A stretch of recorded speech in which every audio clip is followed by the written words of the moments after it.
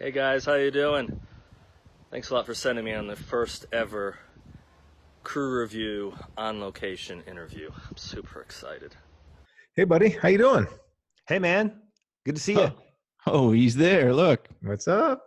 And I tell you what, this fresh mountain air and this hiking, it's invigorating. Hey, so did you get in contact with Kyle yet? No, I was actually just about to call Kyle.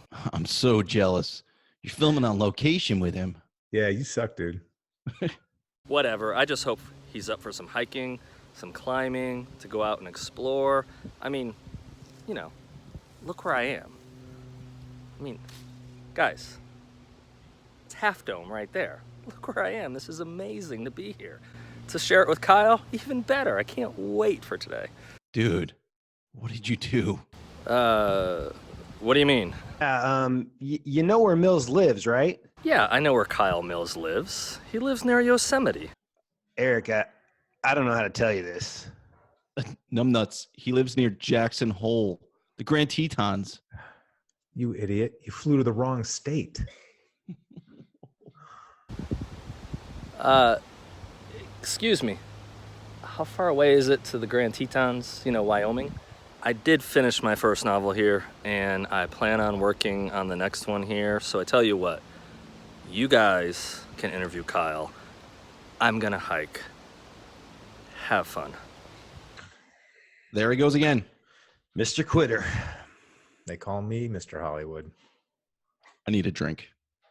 Welcome to the Crew Reviews podcast. Tonight, we are thrilled to have author Kyle Mills on the eve of the release of his newest novel, Lethal Agent. Already an accomplished author with 14 books to his credit, Mr. Mills took on the challenge of carrying on the Mitch Rapp legacy by continuing Vince Flynn's series. All right, so tonight, obviously, Kyle Mills is on, and he took up the mantle from Vince Flynn and ran with it. How many of you would have been anxious to take up the challenge of continuing the Mitch Rapp series? No, I'll say no for me. I'm glad Kyle got it, because the pressure of that and trying to follow someone with that big of shoes, no thanks. Yeah, I'm not sure I could eat enough Xanax to take care of my anxiety with all the audience demanding perfection and demanding their the way it was written to come back out. So who knows if I could have accomplished that. And I think that anxiety level would have just probably killed me. Mm-hmm. Chris? Yeah, it would have been a quick no for me. Hmm. I echo what everybody else is saying. There's no way in hell I would have even thought about trying to write about Mitch Rapp. I'd rather much read about Mitch Rapp than write about Mitch Rapp. He's just such an iconic figure that to write that, I wouldn't trust myself. I think it says a lot to Kyle and to like Mark Greaney, who stepped in with Tom Clancy for the to take those risks. And I'm sure they were very apprehensive to do it, but to be able to do that, I think speaks to their skill level and the confidence that grew within them after they did that. But kudos to them for doing it and doing it well. Well, you bunch of cowards. No, I'm just kidding. I wouldn't have done it either. So I'm just kidding. We're 0 for 4. None of us would have done it, but let's meet the man who just decided to take this on. All right, here we go. New from best-selling author Vince Flynn. America's top assassin must stop a lethal epidemic and finally destroy the terrorist he thought he'd left for dead. Lethal Agent, the new Mitch Rapp thriller from Vince Flynn. Yes, tonight is the best-selling author of 19 novels, 5 featuring his FBI protagonist, Mark Beeman, 6 standalone thrillers, 3 in the Robert Ludlum Covert 1 canon, and with the release of Lethal Agent, now 5 with the Mitch Rapp character created by the late, great Vince Flynn. We're thrilled to have Kyle Mills tonight. Kyle, welcome to the show. Thanks for having me. Absolutely. We have a lot of questions and areas we want to cover tonight, but most importantly, we want to talk about Lethal Agent, which comes out tomorrow. In the book, and I'm going to jump right into the plot. I'm going to keep away from spoilers. But in the book, Saeed Halabi makes a statement where atomic warheads and modern weapons are insignificant compared to the bioweapon that he's intending to use. And I wanted to know where you got the idea or the inspiration to use bioweapons as the focus of this book. It's something I'd been interested in a long time. I'm kind of a science geek, and I touched on it in a book I wrote for Robert Ludlum. years ago, and I got really fascinated with the whole biological threat. In the Ludlum book, it wasn't a terrorist, really. It was more of a natural occurrence. But, and it also, Vince had never done anything with a bioweapon. And a lot of fans specifically have contacted me and said, when is Mitch going to face something like that? So it seemed like a good time to do it, and an interesting subject matter. When you look at the pandemic level outbreaks, historically, I mean, that's been the biggest killer next to possible meteor strikes for carbon-based life forms. What was your thought process on deciding SARS as your ultimate weapon versus all the other bio and virus and all the other global diseases that are available out there? I kind of wanted to keep it simple. There are a lot of very scary diseases out there. Ebola is probably the big one that you think of as being this really terrifying disease that isn't really all that dangerous, truthfully. I mean, if you catch it, it is, but it's kind of hard to get, and it's being controlled. What people don't think about, though, and I think this is true in general, that people start to discount the dangers that they know. Everybody's afraid of sharks, but nobody's afraid of drunk drivers. My wife's terrified of sharks. We live in Wyoming. The chances of her being killed by one seem fairly slim. So SARS is basically the flu. It's a respiratory flu. Again, and this very much takes me back to a lot of research I did on the Spanish flu, which, just wiped out millions and millions of people. And it was a really bad flu. And flu kills enormous numbers of people every year currently. So that, and that also spoke to the delivery system. A lot of people write about, and I think rightfully so, things like crop dusters and these very elaborate vectors, but you could just get some sick people to come to the United States.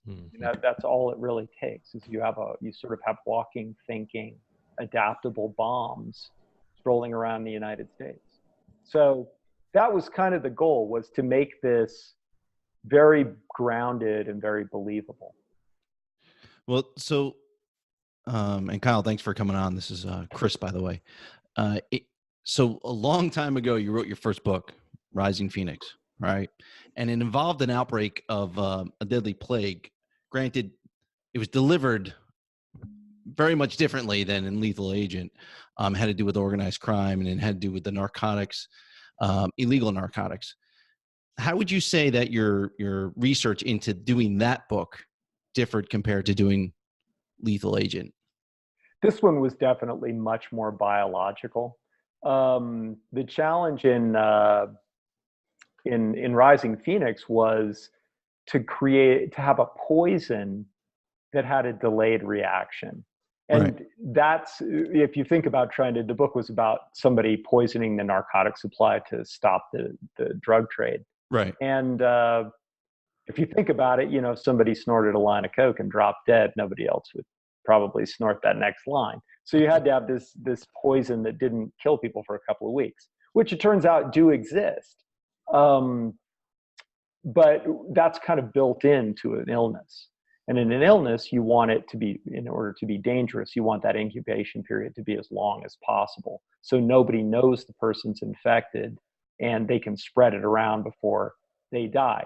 Ironically, very, very bad diseases, meaning diseases with really high mortality rates, aren't very effective from an evolutionary standpoint. I mean, if the disease infects you and the day later you're dead, you can't get to other people. Yeah, isn't very good. So diseases actually tend to have less mortality over time as they evolve.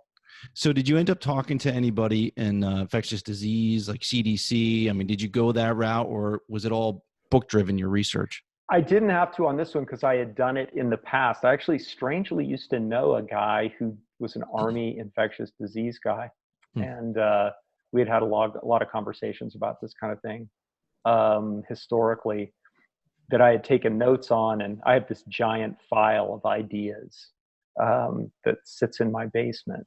And I still had all those notes, knowing that one day I would want to do something like that. Right. I will tell you, probably, I'm not a big fan of scary movies, but one of the scariest movies I ever saw wasn't a Stephen King, like It or Clown or anything like that. It was Matt Damon in Contagion. Yeah. And it was one of the scary. I came out of there going, I am actually terrified. Well, it's the thing is, it's kind of not I don't mean necessarily a terrorist attack, a bioterrorist attack, but, Mother Nature does these things every few hundred years. It's not a matter of if, it's a matter of when, and you hope we're not still around to see that happen, because particularly now, if you think about the ramifications of that, we have a very interconnected world. Things would spread around the world very quickly. And our entire society is very delicate in the way it's put together with, critical personnel that keep things running. Right. 3 days. Not so much like it was in 1919 when, people were much more self-sufficient and there weren't a lot of systems that we count on, like the power grid and things like that. So when I was in school studying Harrison's, internal medicine book, I always felt like I was coming down with about 90% of the symptoms of every disease that I was studying at the time. When you were doing this research, even way back when, was there a time when you started wondering if that itch was the start of the next disease that you were face deep in the material? This was a good one for me to write, I think, because I don't know if there's a word for the opposite of a hypochondriac, but I am that guy. I'm the guy that looks at the bowl of worms in Africa and thinks, yeah, I'll eat that. What's the worst thing that could happen? And so, yeah, I never really think about stuff like that, which is probably a good way to live. I don't know. Well, the worst thing that could happen would be eating those worms, I think. That'd be bad enough. They were pretty good, actually. Were they chocolate covered? Chocolate covered? No, that was like curry. Don't want to. We don't want to have to find a third person to write Mitch Rapp, so watch it, okay? Piggybacking off travel, I want to talk to you about that. And last time when we did our podcast with Jack, Sean was kind enough to create a custom shirt. So I said, well, I got to have something for Kyle. So this actually, my kids got me this, but I have a bison, and I know for a fact, I've been to Wyoming, that Grand Teton National Park has a good-sized herd of bison. So this is my Kyle Mills shirt for you today. Thank you. Absolutely. I love it. So I've not seen any podcasts. I'm not sure if you've done many podcasts before, but I have read a lot of your interviews. And one of the things you talked about is that you tried to visit as many places as you can. Even if it's not for that next book, it might be for a future book. So you can really use that, feet on the ground, touch, smell, senses to then make your book so much more authentic.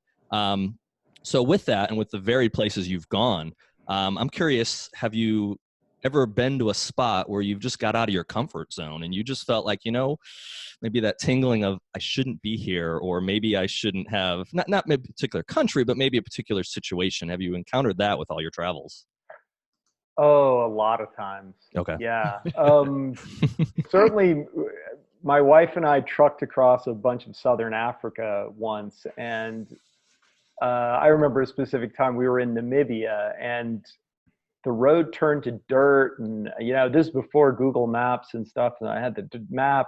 It was like 125 out, and we didn't see 4 hours driving on these dirt roads, and it said that was the highway. Wow. But you never see another car. And I had Mr. Preparedness. I had the whole back of the trunk was full of water and all this stuff, and you could survive for a while. Yeah, and then but it actually gets worse, because we're driving along and there are this African family. Well, it's not really a family. There's 2 adults and 2 kids standing by the side of the road, and I thought, oh my God, those guys are going to die. I don't know why I thought that. I was pretty young at the time, but like that they wouldn't know how to survive in their own country, but we have to pick them up. So we did. We picked them up. They didn't speak any English, but then the kids didn't go. The kids just wandered off. Wow. So I got these 2 guys and their chicken, which was in a wooden box. Wait. Did you say two guys in a chicken? Yeah, they had a chicken in a box. That's an episode of something. It was very strange.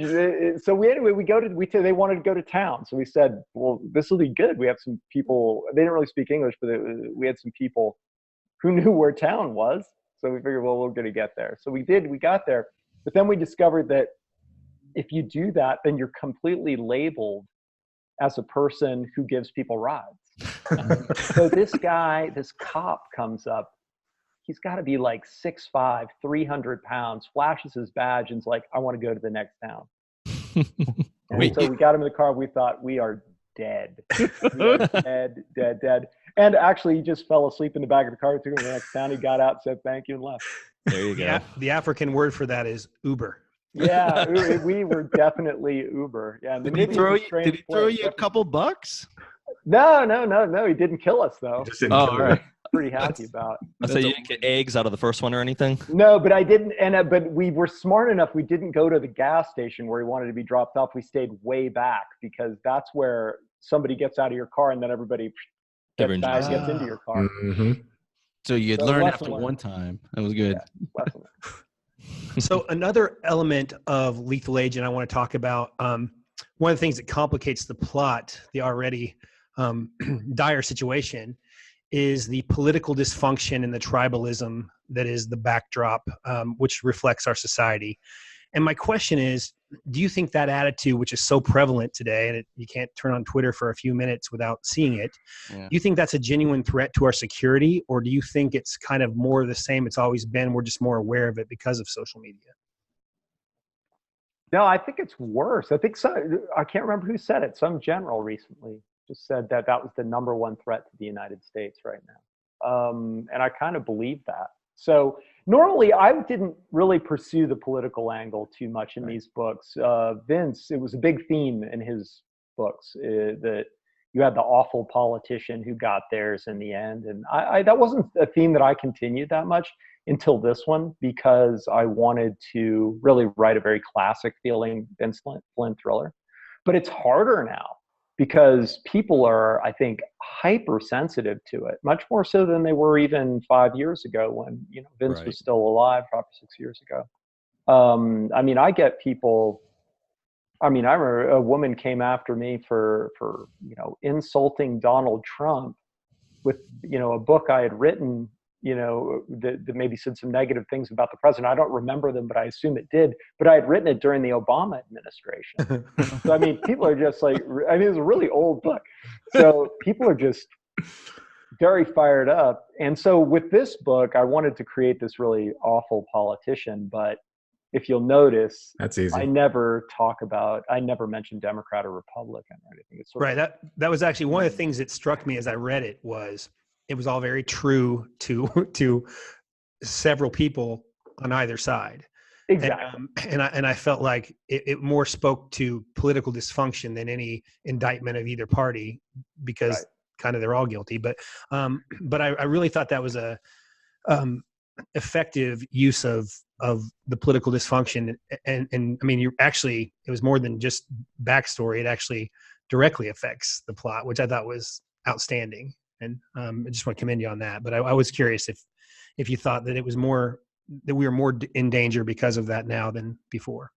I think so. And it'll be interesting to see. It's one of the things I'm interested to see how people receive this book is how they receive that character, whether they really kind of latch on to that, me trying to create, a caricature of I mean, it might as well name names, either Donald Trump or Hillary Clinton, and which was not at all the goal. The goal was the opposite, to create somebody that kind of transcended all that. Well, I think as the reader would probably, whatever political leanings they have, that's who they're going to envision the opposite side of. Yeah. That's my hope. Yeah, that was the goal for sure. So let's take a step back and talk about your first few books that you wrote, if you don't mind. So the protagonist in the first few books was an FBI agent, Mark Beeman. He was a maverick, as everyone, I think you even said it, that he's a maverick that does things that need to be done often to the regret or disappointment of his superiors. Interesting thing, though, about you is that your father was also an FBI agent. And there's an interesting story that you've said several times, but I'd love for our audience to hear it again, if maybe they haven't heard it. Would you mind sharing a little bit about the story with your father when you guys were over in England? And did you ever turn to him for insight into the Bureau and the way the FBI way of things are done when you started writing? Yeah, definitely. So my father was an FBI agent. He went on to be the legal attaché to the United Kingdom, which is the FBI post there, and then the director of Interpol. And so, yeah, I mean, to me, he used to read all my manuscripts and correct all the stuff relating to the FBI, but it was really the growing up in it, a little bit like growing up in a military family. My father was always an FBI agent to me. I mean, I think he went to Quantico when I was probably like 6 months old. Wow. So that was the life I grew up in. And I was always surrounded by, FBI guys, CIA, MI6, Spec Ops guys. I mean, they were just sort of always the family friends because they were the people he worked with. So, it's a pretty fascinating way to grow up if you're a young boy, because all these people are really larger than life and they have all these great stories and done all these amazing things. So that was really, that was sort of the catalyst to me writing thrillers. I mean, I'd always loved reading thrillers, but I read really varied books. And I decided I want to write a novel because I thought it'd be fun, not necessarily that I ever thought I'd make a career out of it. And I thought, well, what kind of novel should I write? And like almost out of laziness to some extent, I thought, I know a lot about the FBI and have a lot of contacts. So this is before the internet, so it's really hard to look stuff up. Right. So that's not laziness. That is ingenuity, because you didn't have the tools. Thank you. But to take a step back, so when your dad was over the legal attaché over in England, the Lockerbie bombing happened. And you tell a story, if you mind telling that story real quick. Yeah, oddly, it's something I have in common with Mitch Rapp, who got into the CIA because his girlfriend was on that flight. Right. So weird. And so that happened during my college graduation dinner. My family went out to dinner. I had just graduated from college, and my dad's assistant came in and said, a plane had gone down in this small town, but at the time they thought it might just be, mechanical. Right. So turns out it was not. And my father disappeared and didn't see him again for months. Moved to Lockerbie and did a lot of the coordination because the FBI did a lot of the work along with MI5, MI6 to kind of reconstruct what had happened, where the bombs were and where they came from, and all that. From what I read, he was the first FBI agent, along with the ambassador, the U.S. ambassador to the UK, to show up and be like, hey, whatever you guys need, we're going to give it to you. Yeah, because that was a really hard situation because it was a small town. I mean, they had absolutely no resources to deal with something like that. And, there were, not to be too graphic, but there were a lot of bodies around. And I remember, hearing a story that, a woman kept calling and saying there was a young couple sitting in their seats in her backyard. And could somebody come and get them? And at that point, they were just stretched too thin, and they basically had to say, just shut your drapes. And, we're going to get there as soon as we can. So, trying to get all those people into that small town, and then, there's not even where to put them at that point. So it was pretty much it was a nightmare in every possible way, including a logistical. So jumping off the word logistical, let's talk about your process of writing. All right. All of us here on the podcast are all writers in different parts of our career, probably, and such. But typically, a writer is put in either two categories. You're either a plotter or you're a pantser. I will admit I'm a pantser. I could not work off a detailed outline. You apparently, from everything I've read and heard, are quite the opposite. You are the plotter. And one of the things I read about you is, I don't know if it was for the last book or 2 books back, where your outlines, could definitely, I think it was on your website, can venture into the neighborhood of 40,000 words, which most people would, call a novella. It's publishable on its own. So I'm curious, have you always written that way? Have you always gone to the details? And could you ever see yourself as a follow-up coming over to my side and being a pantser and just throwing caution to the wind and just writing a full novel and see where you go? I have tried that to my degree. And so for instance, I'm trying that a little bit with this book because it's more in Vince's style, but my outline is 30,000 words. You cut out 25%. Yeah. So I feel like it's really not, I read along it and I think, man, I really didn't have a lot of detail here. I have to come up with a lot of stuff. My head just exploded. It's not probably, it probably is not a system that would work for most people. But it works for me. I think you have to figure out what works for you. When I first started, I just tried just about everything. I used to write the themes of the book and then I'd cut them out and put them on the floor and stand on a table so I could see the whole book. Wow. I had graphs on whether, there were action sequences spread out, evenly and all this stuff. And I don't do most of that stuff anymore, but I think it did help me figure out what my process was. And, right. There are no books that tell you write a 40,000 word outline to write 100,000. Nobody. Book.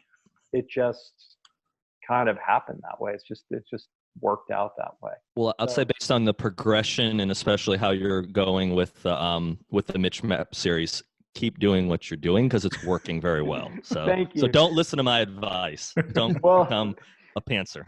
It's funny, the other thing that this allows me to do, which is I think most people wouldn't do, is I don't write the books or the chapters in order. I just write whichever one I feel like. Interesting. Whatever chapter in the book inspires me. I suddenly feel better because that's what I did. Yeah. And then so you wake up, So do you write the beginning first or the end first, or? Nah, it's just whatever. I think this book, I just started on chapter 8 because I was feeling chapter 8 that day. Wow. Okay, I feel better already now. Well, hey, on that same token, when you took over the Mitch Rapp franchise, did your outlining become much more important and much more focused, given the fact that you were taking over such an industry giant at that time and really taking on a kind of a really big role that a lot of people were spotlighting to see whether or not you were going to succeed? The outlines themselves probably were not more detailed. The challenge there, though, was inhabiting that universe sort of accurately. Mm-hmm. And I had taken, I sat down, I actually got a 3-month extension. Normally it takes me about a year to write a book. And I told them it would take me 15 months to do the first one. And the first 3 months, I had read most of Vince's books just for fun over a long, same time period that he'd written them. Yeah. And so I went back and read them all in order and took like 140 pages worth of notes. So then the challenge was remembering that 140 pages worth of notes and making sure that I didn't make any mistakes and in what guns he would use or one of his anything. You had to get really detailed. I mean, Bruno McGraw's background, where did he grow up and go to school and stuff like that. So making sure all those details were right was a pretty significant challenge. Because the audience was going to catch you. Yeah, there are huge fans who really know those characters and know that universe. So they definitely get back to you. There's Mitch Rapp ambassadors. So exactly. I can imagine.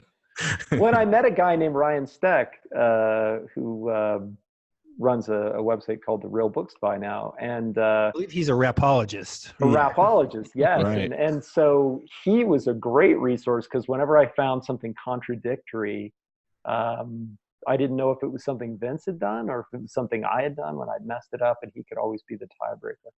Nice. I like how you mentioned one of the things too, that you actually went back and I think you said that you attributed it to Vince's dyslexia of you changed the spelling of her Anna name Riley. of Anna. Yeah, of Riley. Yeah. So, Though incorrectly, as it turns out. I found out later from Vince's family that he names all his characters after people he knows. oh, okay. So Wow. he actually knew somebody who had that spelling. Had that spelling.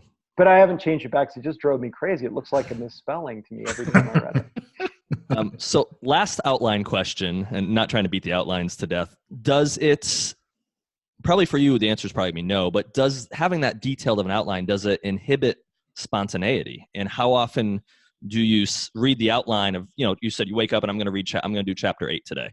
Read through the outline of chapter 8 and then you say, okay, I'm going to change this because when I wrote this outline maybe a month or two ago, I'm feeling this might work better. Do you ever do that? Almost always. Okay. It's a really bizarre. So my process, again, I would not recommend it. Is basically to write a 40,000 word outline and then not follow it. So Excellent. What the hurts. 40,000 word outline does is really makes me understand the story Sure. and the characters and the journey the characters are taking. But honestly, I'll start writing that chapter and I write it on top, in theory, on top of the outline. I have the outline there and I just start writing on top of it. But in the end, the outline just gets pushed down. Mm-hmm. And so I have an entire, I have a 3,000 word chapter and a 1,500 word outline sort of at the bottom of it that I then just delete. So but I understand 100% where I'm going with the book after I've written that outline. And that's why pantsing, even with it sounds stupid, but my 30,000 word outline, this one that I'm starting this book not understanding it as well as I do some of the others. Interesting. Which may be good and may be bad. It'll be interesting to see. It might end up that I just have to do another draft at the end, which won't have helped me. Or brutal. Do you do it at the beginning or do you do it at the end? Yeah. Right. So you're now 5 books in writing Mitch Rapp. And I think you've done a masterful job of kind of encapsulating the spirit and the character that Vince put forth, but evolving him into a changing world because things have changed a lot in the last few years and they keep changing. It seems exponentially faster. But can you look at the novels and what parts of you, Kyle Mills, what parts are present in the Mitch Rapp books that maybe weren't present before? Can you see that? Do you recognize some things within that? Well, definitely. I mean, in The Survivor, there wasn't very much because I really wanted to, because Vince had written a few pages of that book and because it was clearly a continuation of The Last Man. The Last Man didn't really end. It was meant to, the storyline was meant to arc over. I really tried to, I've said it before and it's true, I really tried to create a Vince Flynn forgery. That was the goal with that book. Later, I think that wasn't sustainable. So yeah, I mean, the world has evolved. It's funny to think, for instance, Vince never knew anything about ISIS. Probably the biggest noticeable change in those books that I have not been able to repress is there's a lot of humor in them. And Vince's books didn't have a whole lot of humor in it. So that to me, I don't know, I can't stop that. I like a little bit of humor in my thriller novels because it breaks the tension. Absolutely. I think the four of us definitely will gravitate towards that in our own writing. It's a bunch of stupid humor I put in mine. So. Well, that works because these books can get really, particularly you talk about terrorism and stuff like this, they can get really heavy and really dark. Yeah. And the truth is that these guys, I was actually talking to a former SEAL who said, I like the addition of the humor because he said there's just a lot of dark humor in my business. Yeah. Because that's all you got sometimes. Yeah. Right?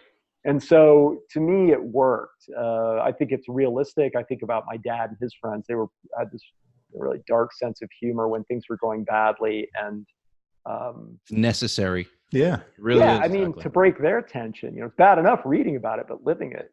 Yeah.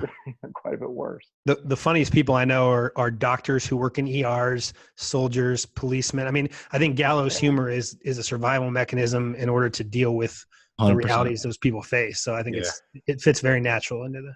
Oh yeah, I think so. Yeah, and I've always been a practitioner, so it's easy for me. Well, in talking about the humor that you've infused really into the Mitch Rapp series, so maybe not everyone knows that you actually had written 14 novels prior to taking over for Vince. And 3 of those were actually similar to what you've done with Vince in the sense of they were actually Robert Ludlum Covert One series. Right. So you're kind of taking on at least someone's name in the concept behind that. How does that compare to the novels that you wrote, just Kyle Mills novels? How does that 2 different worlds really compare? And what are kind of some of the pitfalls or minefields that you found with, your world is all of a sudden, when someone had told me, soon as you put pen to paper, your world all of a sudden constricts. You've now taken this character. If he's got brown hair, well, your book can't be he's got red hair in the next book normally unless he dyed his hair. So you've already constricted your world. But when you walk into a Mitch Rapp series or whatever, the world is really created for you and you have to exist within that. So how difficult was that for you to kind of learn that and be able to, handle that? It's definitely been a challenge, and it's an increasing challenge, I think. If you look at, it's ironic that that I'm writing a series now, because I wrote a series at the beginning and the beginning of my career, and gave it up after a while for that reason. Okay. I ended up doing a lot of standalone books because I guess it's kind of a good news, bad news, because I tend to write a story, or I come up with an idea for a story. It's like one sentence, and it's something I want to explore that I'm interested in. And then my style tended to change a little bit to meet that story. Okay. So to tell that story. And so the most probably radical one was I've written one book in the first person, because that seemed like the way that story should be told. Right. And so I enjoyed that, like the weird variety of it. Mm-hmm. But it was also maybe a strange, I don't know, trick. And that, I think that trick has allowed me to take on other people's style, because I had always kind of changed my style a little bit from book to book. Okay. So this was kind of a matter of, taking on the style of the Robert Ludlum Covert One series. Read those books, figure out what the style is, and then tell that story. And then the same thing with Vince. You've got he had a very strong style, and you have to respect that. So does that, I guess that would bring me to the next question, kind of a segue. Do you have any burning desire to get back to your old series or start a new one outside of the Mitch Rapp, or do you even have the time to do that? I mean, where do you stand at this point in your career? Not do another one, or not do another one at the same time. I would never be able to do that. I can only focus on one book at a time. I've been writing a sequel to a book I called Fade that I wrote many years ago for, I don't know, like 10 years. And I think I have 14 pages of it. So it's like, fading on. Yeah. I take you telling people in 2,200 it'll be done. So no, I would not want to do that. I have too many other things I like to do with my life than just sit around and write for 18 hours a day. So I don't know. I mean, writing the Mitch Rapp stuff it's really fun. I don't find it super confining. There are a lot of interesting themes to explore that he can explore. The great thing about Mitch Rapp as a character, as opposed to maybe my FBI character, is that he has a lot of freedom. So for instance, in the book I'm writing now, he operates a lot domestically, which actually, if you want to just, really be technical about it, the CIA can't do. It's illegal. Right. Whereas with my FBI character, particularly with my FBI following and my father, I had to keep things very, very realistic. And so, there had to be a federal crime. Mark Beeman wouldn't do anything that wasn't a federal crime. And it had to go, while he was a rogue and a maverick and all that stuff, he's still the procedures, still in that box. Yeah. So it couldn't be like, ISIS, done something in Yemen. Well, more FBI agent's not going to do anything. Yeah. No. So that became very confined. Well, let's take a couple steps back to your background. So you had a career in finance, right? I mean, you went to school in college. You admitted to avoiding every English class you could ever get away from. So like creative writing or expository writing was not your thing. You even tried your hand at woodworking. I guess you're trying to make chairs, tables. Whatever I could. Right. But I guess your wife said no.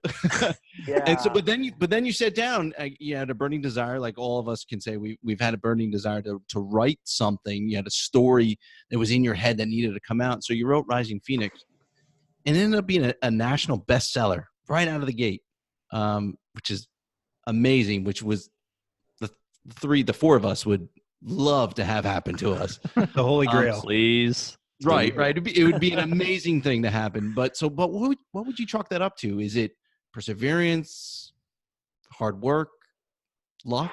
Yeah, I mean, certainly, I got getting the book done is hard. So, I got the book done. Yeah, that's the first step. Yeah, first step, and a lot of people, probably 90% of people don't get there. Right. It's a lot of being in the right place at the right time, to be honest with you. So the story of that a bit was that I signed on with an agent. He got me a great deal. It was, however, a 2-book deal, and I had never really contemplated writing a second book. Oops. I just wanted to write the one. One and done, man. One and done. Yeah, right? exactly. It was fun. Make chairs. I was going to move on to making chairs. Thank God you didn't. So that was kind of a little bit of a shock. But what happened with that book is, the publisher was going to get behind it and everything. And, you have to, you're not going to sell any books unless you got some marketing and they print a bunch. It doesn't be the best book in the world. It doesn't make any difference. Right. Doesn't matter. And they had bought a big book, like a huge debut thriller called, I think it was The 11th Plague. And the writer couldn't get it done. So they had this slot, and they'd found out about it, and they said, "Oh my God, we have this slot, all this promotion done, ready to go and everything, and we don't have a book. What do we have in the hospital?" Oh my God. Really? And I had just turned this thing in. I mean, it hadn't been edited or anything. And, normally it's the whole, a year from now it'll come out and everything. And they're like, this baby's coming out in like 3 months. Here are a couple of comments. Let's clean up the grammar and put a cover on it. Go get a haircut. Yeah, because I expected, it'll be years before to me, because I had never really aspired to be a writer or anything, this whole thing was just such a whirlwind. It was almost didn't seem believable that this was actually happening. So I was like, yeah, sure, whatever, put a cover on it. Do you get booed by other authors hearing this story? Yeah, it was just a weird, things came together. They really did. And then, so it did, it got printed, they printed a bunch of them. They got some marketing behind it for sure. And they did a really good job. It's a beautiful cover. And people really liked the book. And it took off. Yeah. So, that was a book I was walking to the bookstore and looked over and saw the cover and had looked at the back for a second and went and bought it. It was one of those excellent covers that I was stunned. So the funny thing is, they like pranking new authors. So they called me up and they said, "We need all your cover ideas. So you need to draw up cover ideas." I think they do it just to be jerks, right? So I send these cover ideas. They're like, "We'd like 5 cover ideas from you or something," and I sent it. It looked like they'd been done in crayon, right? There were stick figures. I'll bet they're still at HarperCollins. You have to post those. Kyle, you got to post those somewhere. This is before cell phones, so I didn't take pictures. So I just wanted them gone. That would probably be a hanging riot. on the wall of shame at HarperCollins, and people laugh at them every day. You never know. You get authors aren't taken seriously for covers anymore. You sign them, they might be worth something. So when Rising Phoenix did come out, 1997, I think? Yeah, maybe. Right. A little while back. So with that coming out, did that afford you the opportunity to quit your day job, or did you have to moonlight and do both for a period of time? Yeah, that was a strange time in my life. The goal would have been to keep my job and do this, because in my mind, there was no way this was going to work out. Work and make a living off it. I didn't have an idea for a second book, like really never contemplate. I thought this book, I thought Rising Phoenix, my mom would read it, and that would be the end of Rising Phoenix, right? Did she? And I have that hope too. So I had 11 million copies. Yeah. So I had this book to write, and there was no way I was going to be able to work a full-time job and do a second book, because now it's work. Now there are expectations, there are editors and agents and marketing people and, booksellers, and it's all coming down on you like the wrath of God. And so I started writing this book, and everybody was pulling me in every direction they didn't like this idea, or they didn't like this character and all this stuff. And it was horrible. And I was probably 30 at the time, and my hands shook all the time, and my stomach was starting to hurt. And I one day I asked my wife, I just said, would it be a problem if I quit and went back to finance? And she said, "Oh my God, please do this, because this is going to kill you." Wow. And I hadn't spent any of the money. So I sent this is back with faxes. And I sent it was late at night. I remember I sent a fax to my agent, and I said, "I didn't spend any of this money. Can I just give it back?" And not write. Wait. Is this seriously? Yeah, I did. Wow.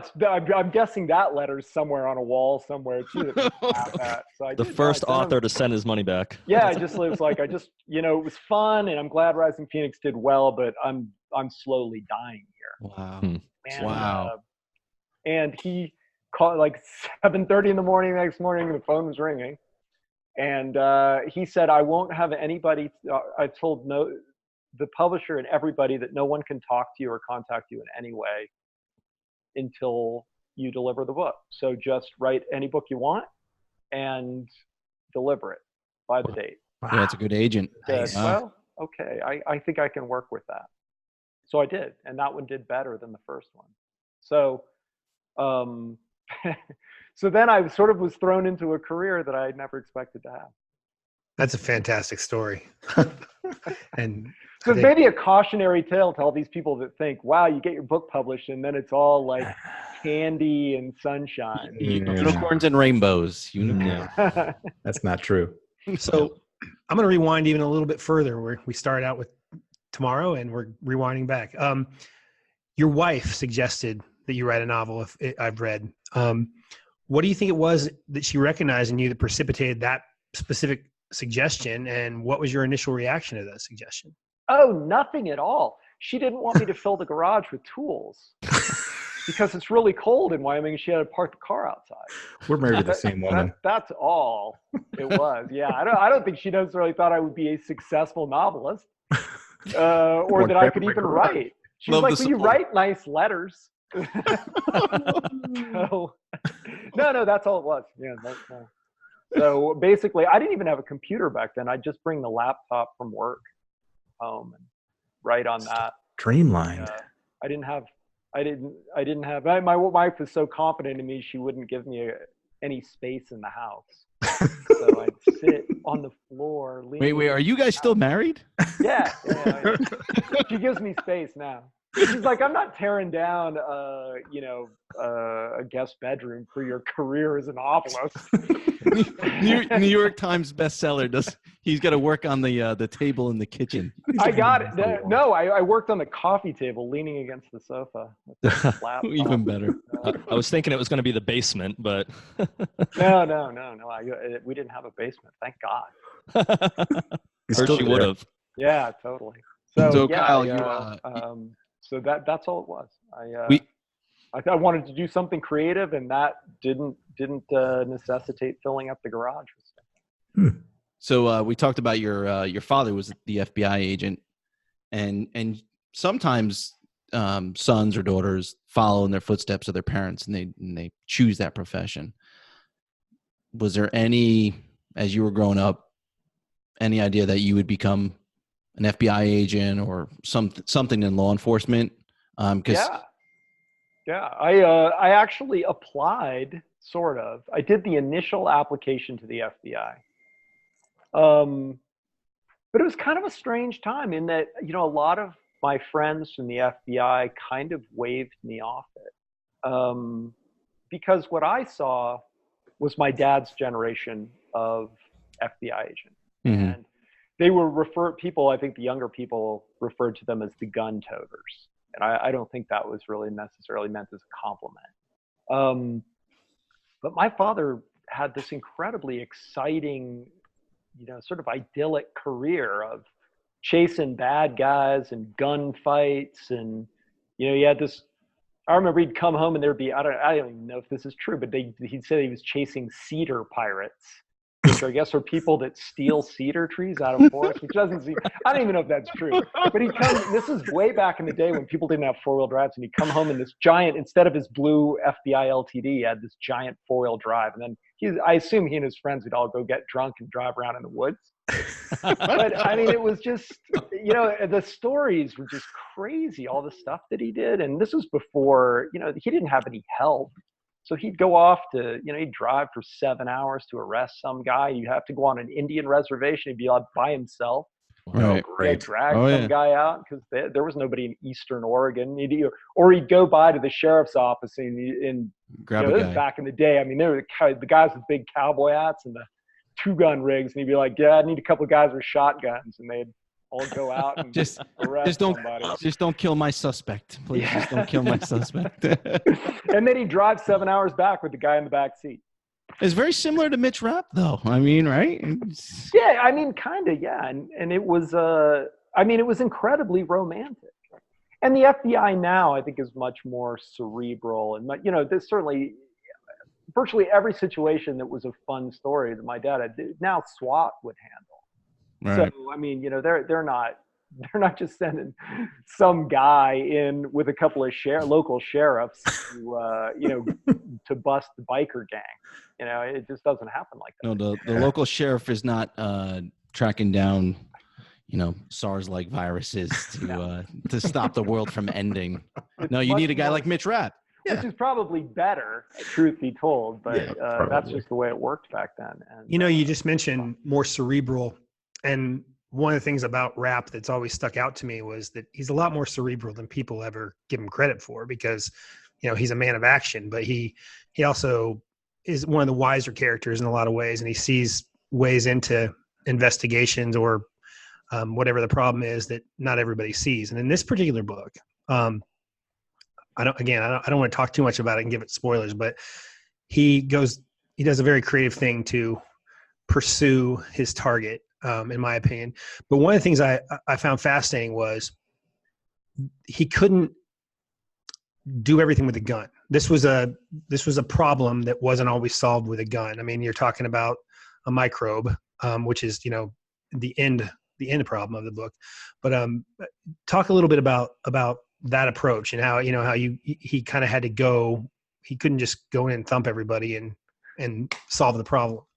Well, that was kind of the fun thing. I like giving Mitch challenges that he's never had before, because it's kind of exciting for me too to see how he'll react to things, as opposed to playing on something that was done in an earlier book.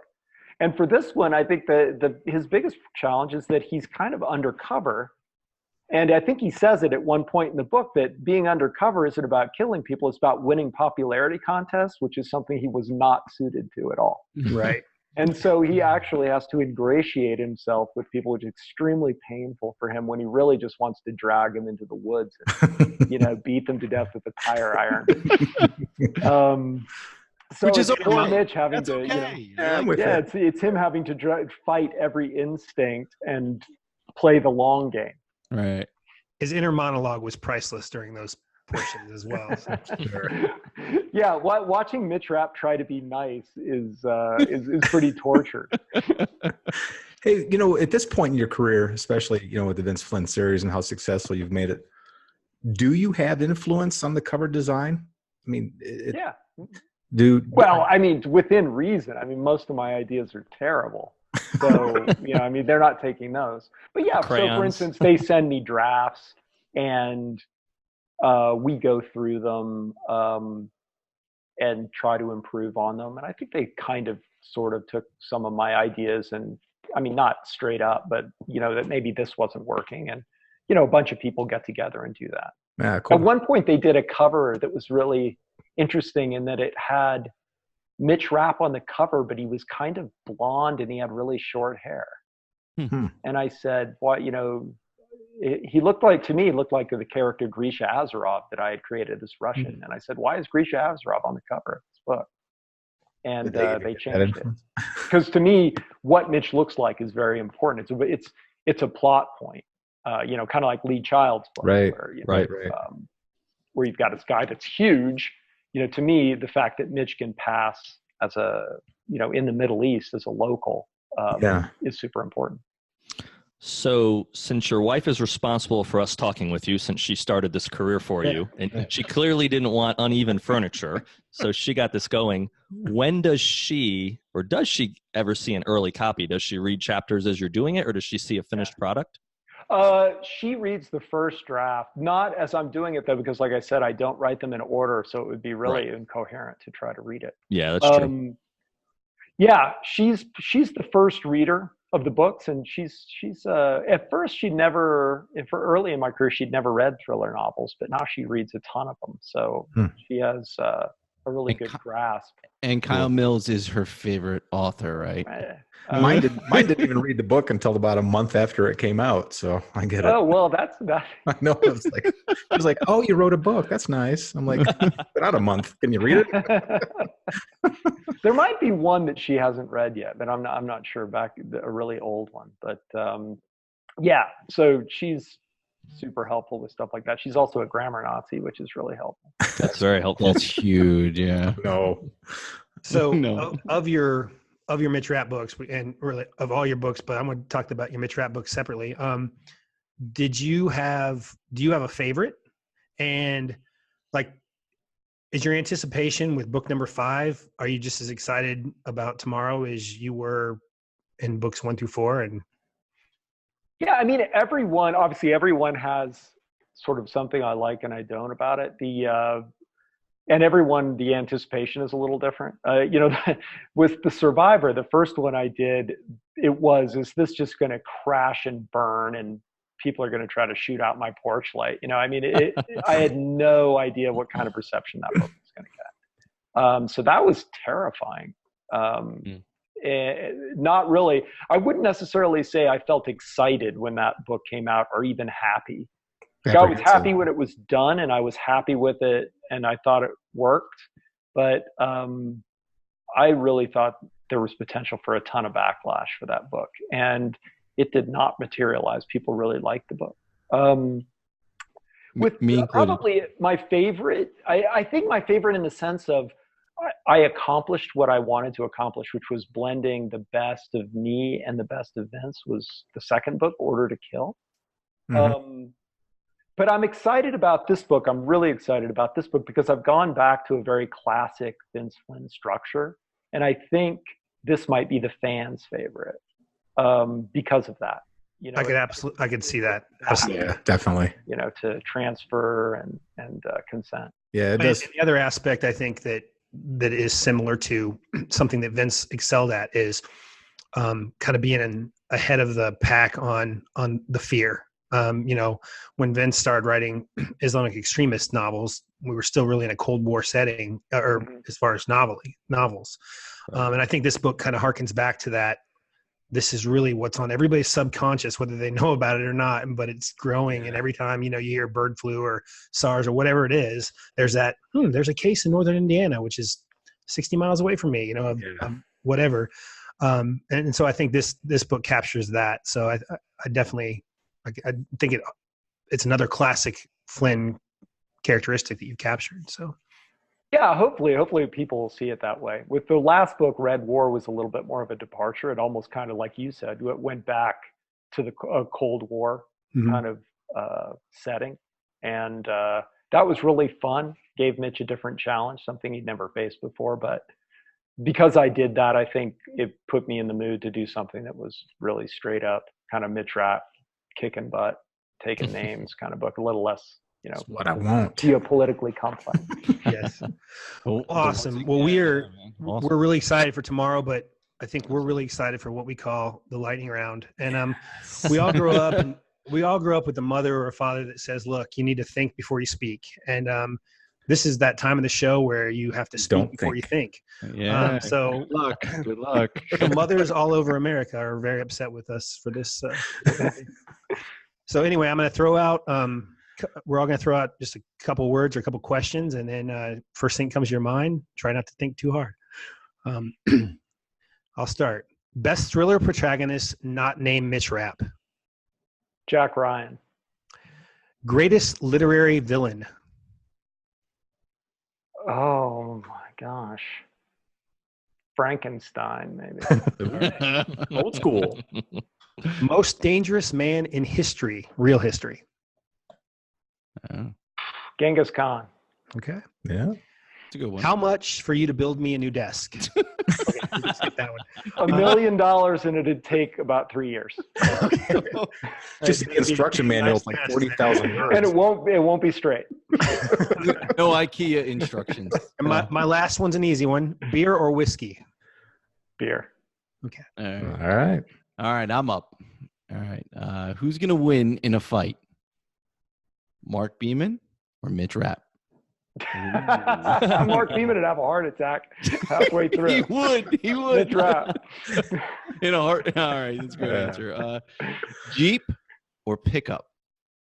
Oh, I was a Jeep guy, and now I have a 52 Chevy pickup. So it's beautiful. pickup. Beautiful.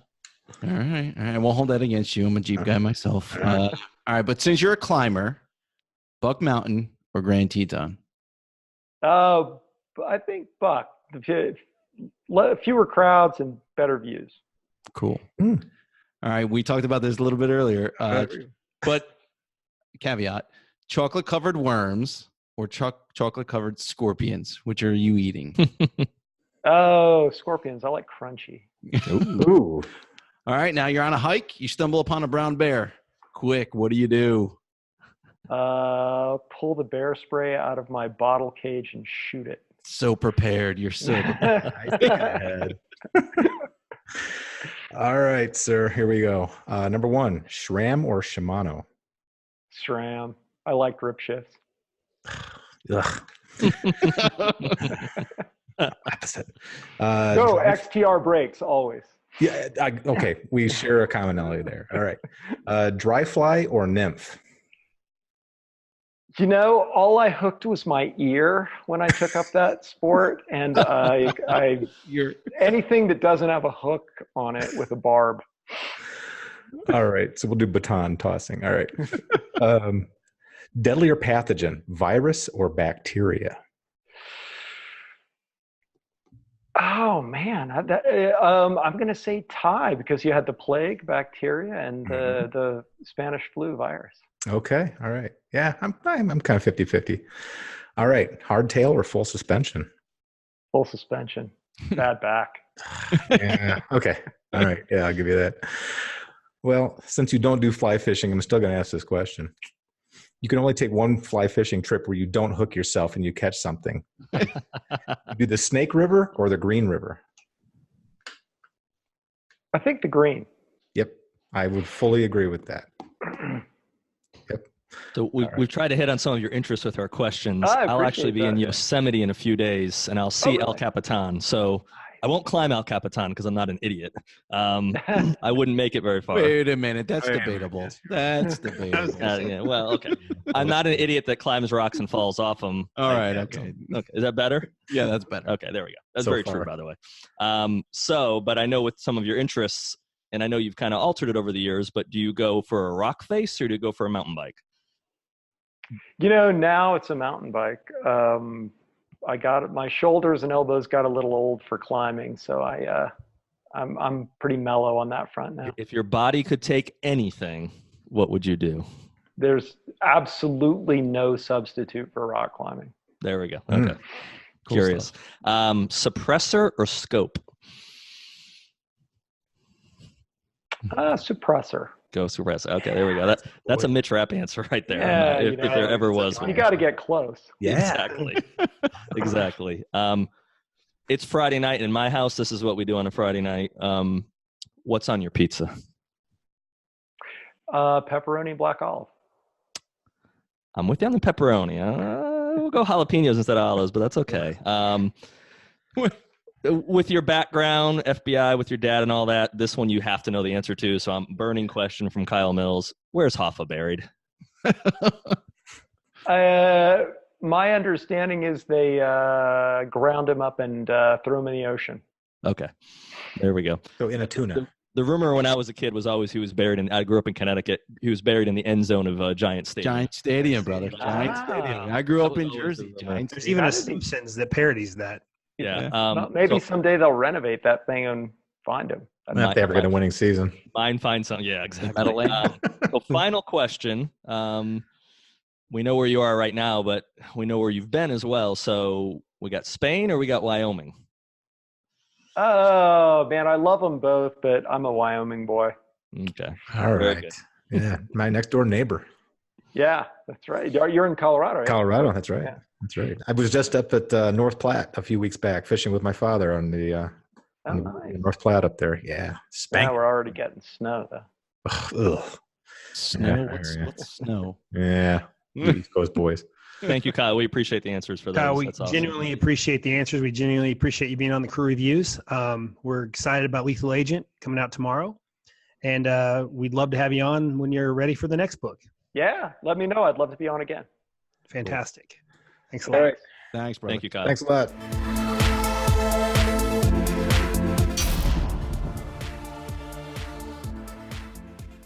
Okay, another great episode of the Crew Reviews podcast. Want to thank our guest tonight, Kyle Mills, who's the Lethal Agent, drops tomorrow, September 24th.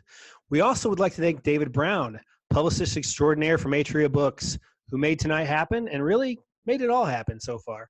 Yeah. If you would like to win a signed copy of Kyle's book, then you need to subscribe to our YouTube channel and leave a comment. If you would like 2 entries in that contest, then you also need to follow us on Twitter, like and retweet our pinned tweet. Have a great night. Can't wait to see you on the next Crew Reviews podcast. Salute, boys. Salud. Have a drink. Have a drink. Thank you.